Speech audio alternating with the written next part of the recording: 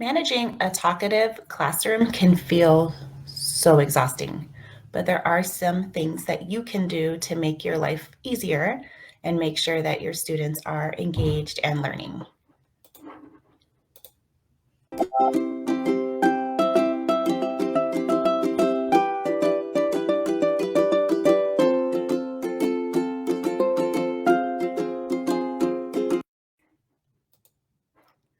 Well, welcome. I am Fleur, the face behind Aloha Monday Teaching, where I help science teachers like you and me be more intentional, prepared, and refreshed for Monday and any day.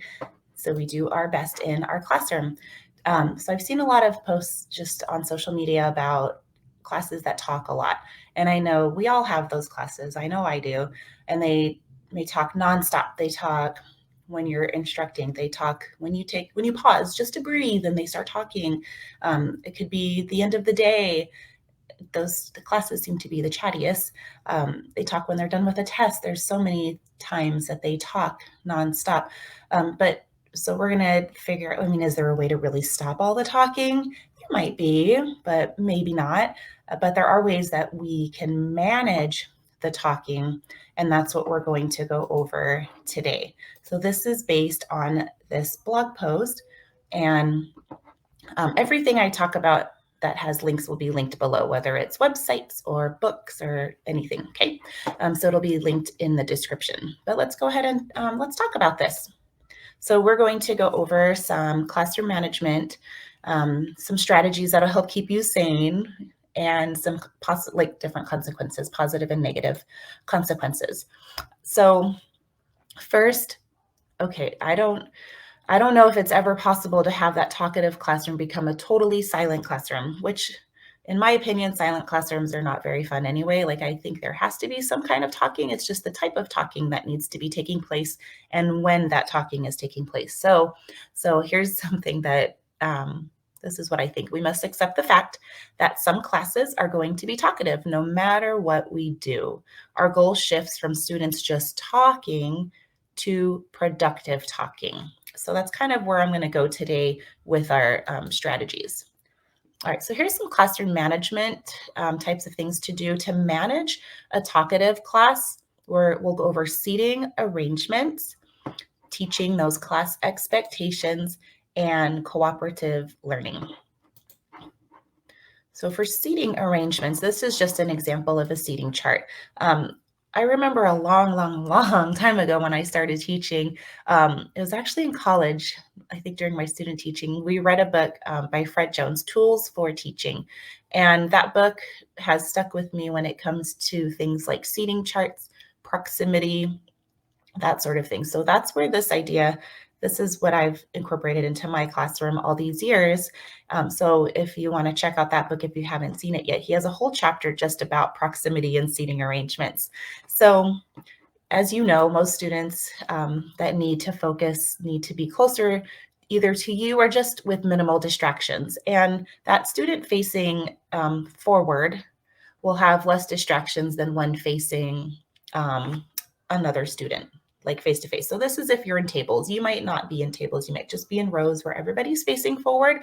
So if that's the case, I would put them near the least amount of people, so there's less people to get distracted by. So if you're at the front of the room, you have less people around you, and like your front corner, less people around you to cause distractions. If you're in the middle, that's where students that are better at focusing, that you could place them there because there's more people around them. There's more distractions. So try not to put your kids who are super talkative there. Now I know in that talkative class you have, like, you could put them anywhere and they're still going to talk, and that's fine. That's where we get into the next thing. So seating arrangements, try that first, but this is probably more important than anything, is setting those expectations, which you probably are already doing and probably getting tired of reminding students, but it's something that needs to be done in class. So when you're teaching your science classroom expectations, you teach them. So model what it looks like, talk about it, you practice it, reinforce it when they're doing it right, correct it when they're not. So you will, if they're talking Like you've told them, okay, when I'm giving directions, we're quiet because, like, let's say it's lab day. That's like the best time because then you can withhold them from doing a lab. There's like an immediate consequence. So you're giving directions, kids start talking. So you stop and you look right at those kids and just remind them, say, hey, I'm giving directions. You're paying attention, like tell them what they're supposed to be doing. So you're correcting them right away. They usually start paying attention. Or if it's during instruction, um, then you could remind them, like, okay, I'm giving information. You are quiet, you're listening. We're going to discuss it in a moment. You'll have a chance to talk, or something like that. So they know that there's a time to talk coming up, but right now is not the appropriate time to talk. And when they're doing it correctly, reinforce them. Say, hey, like this could be an accomplishment. I'm sure this has happened to you because this has happened to me. Like, wow, I just got to talk like a whole slide on my PowerPoint and you all paid attention. That is how it should be done. Awesome job. Like tell them what they did right. And that's so small, but you probably can relate. Those talkative classes, it's hard to even get through a slide. Another classroom management tool is cooperative learning. If you haven't heard of Kagan's cooperative learning yet, I highly, highly recommend this to you. If you find a professional development about this, or just get the book and read through the whole thing and put some stuff into practice, this is going to change your classroom if you don't use this yet. I love using his strategies. Or their strategies. I don't know, Dr. Kagan. Anyhow, so this is where your students are working together. So you have to teach them how to work together, how to discuss, how to listen, teach them those things. And you're allowing students to complete tasks and projects with a partner or within a group, and they have their own job and things like that. So it allows them to talk. So that talkative class now is shifting to productive talking. All right, so we just went over three main classroom management tools, like seating arrangements. Seating arrangements, we talked about setting those class expectations, teaching them and reviewing them, and cooperative learning. So now let's talk about a few strategies, things that you can do and plan for in a moment's time. So the first one is be still, pause, and breathe. Getting students' attention, brain breaks, discussion time, and class goals. So you're standing in front of the class and they are just talking nonstop. It's Friday afternoon or whatever, and they just can't stop talking. That's the thing to help you keep sane. And this is great modeling too. So you just stand there and take deep breaths.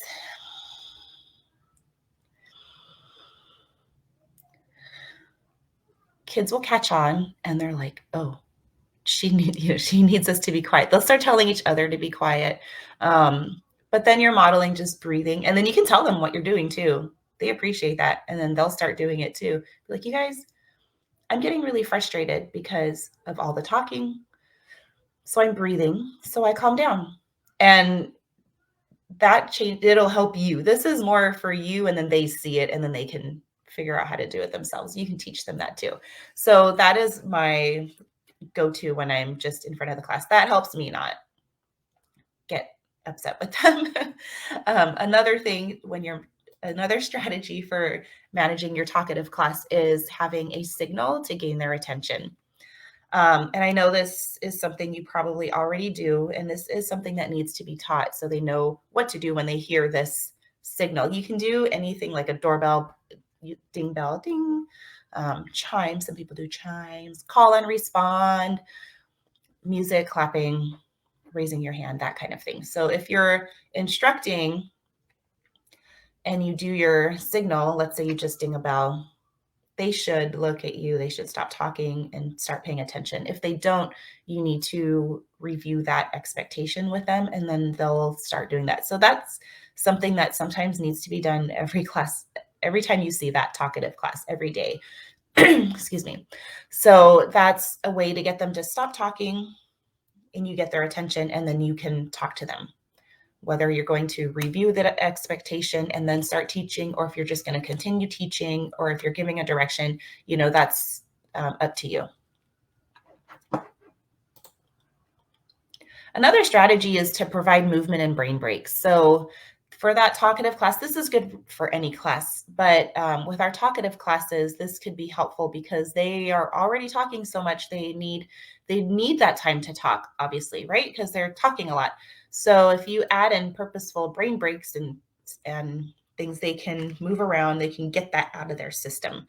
So there's a brain break book that I really like that's linked below, with different things. There's ones to calm them and there's one to energize them. So for this group, I would use a calming one or an academic one. And that way they're moving and doing stuff. And then they'll come back to you. And also, let me go back to the slide. Discussion time. I'm going to put discussion time with this slide. So give them times to discuss what you are teaching them, or give them times to discuss what's going on in their lab.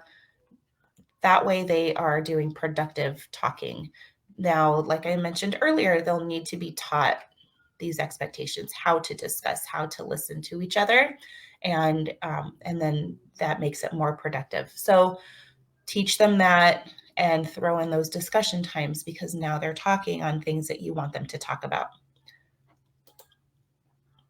Another strategy, this is one I like to use in my classroom too, is setting class goals for students. And you may have heard me talk about this before. This is from the book Whole Brain Teaching for Challenging Kids. And it's called the Super Improvers Team. Now, in the book, it was more for individual goals, but I did that in elementary school. When I moved to middle school, I did this for a whole class. So what we do is each class has a card. You can kind of see it in the picture, but they all start out with blue at the bottom. That's FAN. And when they earn 10 stars, they move up. So their goal is to get to Living Legend by the end of the school year. And we set goals. We have academic goals and we have behavior goals, which are really, if they are making progress towards these goals, or if they did a very good job that day, they get a star. And I don't take stars away. So they really enjoy earning these as a class. Now, the talkative classes, they start comparing and they start seeing like, hey, we don't have as many stars as the other class. We must be bad. And I'm like, you are not bad. Like they need to know that they are not bad.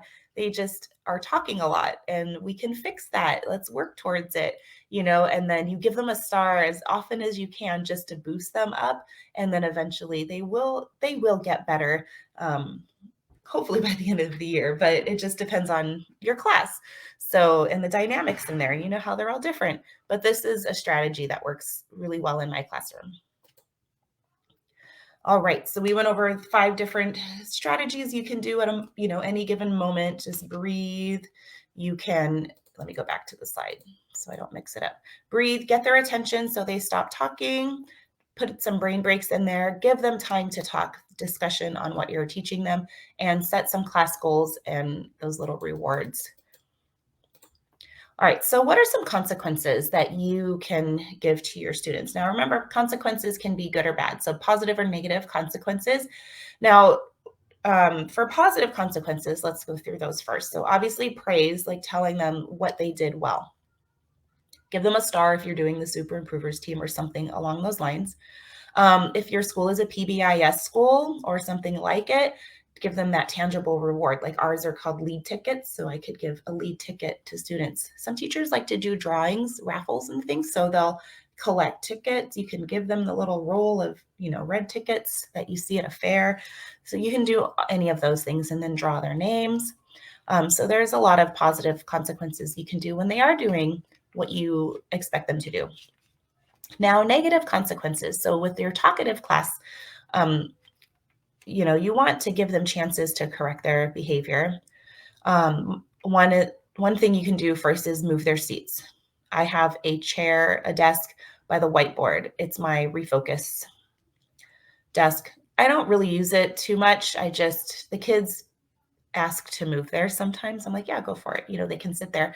One of the problems for me in my class is I have 37 desks with the refocus desk.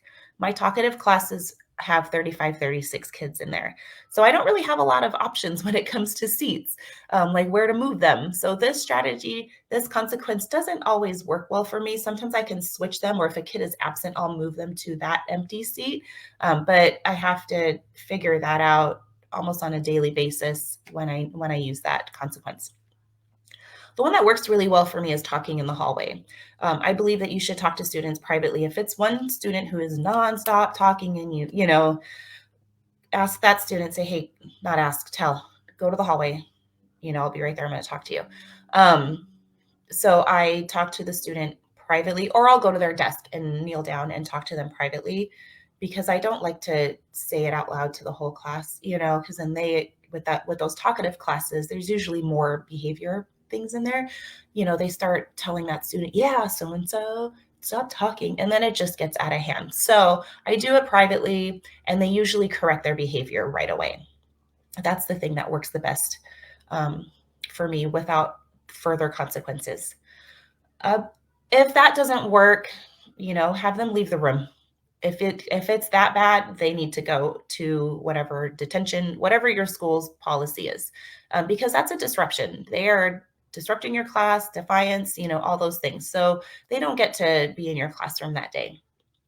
Call the parent, email the parent, okay, those types of things. And if it's lab day, what I tell my students, and I've done this before, I've actually had to do this. Remember, when you give a consequence, or if you're telling them, okay, if you don't do this, then this is what's going to happen, you need to follow through. So remember that you got to follow through. So with this one's easy. If it's lab day, you're giving directions and there's a group of kids who are talking, say, hey, you know what? If you're talking, I'll do the demo for you. You don't get to do the lab. You just have to watch. That usually makes them quiet and listen to your directions. If they continue talking, guess who's doing the lab? Teacher. Okay, you're doing a demo for them and they just have to watch you. So that's an immediate consequence. And then they're not missing out on things, because I hate kids missing out on class.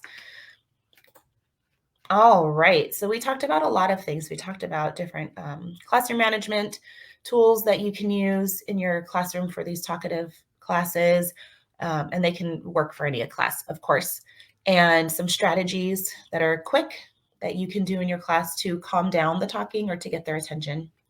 And some possible consequences when they are doing what you expect and when they're not doing what you expect.